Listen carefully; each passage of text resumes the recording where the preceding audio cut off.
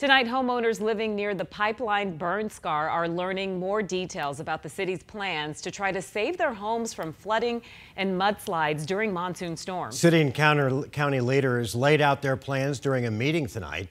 Team 12's Jonathan McCall is live in Flagstaff with reaction from homeowners. And Jonathan, solutions, what solutions were they talking about?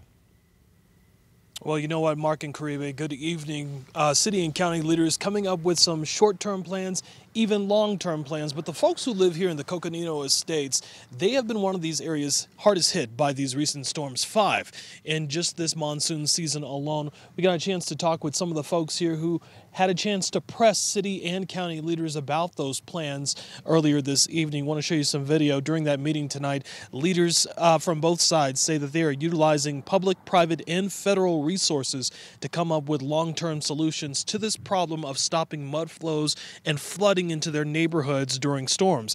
Leaders announced plans to build a 20-acre detention basin that would better help collect storm runoff from the Schultz Creek.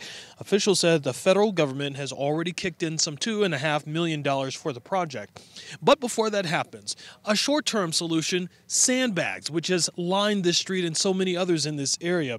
One homeowner we talked with, Paul Kirchhoff, who we actually saw Friday cleaning up the mud from storms last week, says that he's now asking city engineers the best way to help his neighbors position these sandbags so the water doesn't go into anyone's backyards or front yards and can just simply flow through the streets.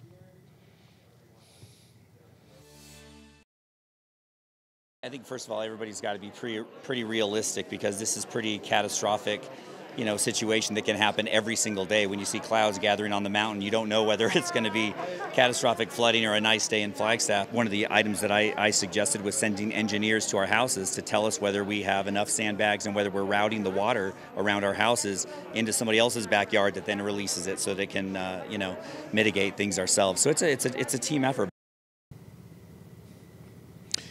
And officials say that they simply cannot do this alone with city and county money. They've actually asked the federal government for more help, specifically asking Senators Kyrsten Sinema and Mark Kelly to tap into federal aid for more relief to help with that project. We're live tonight in Flagstaff. Jonathan McCall, 12 News.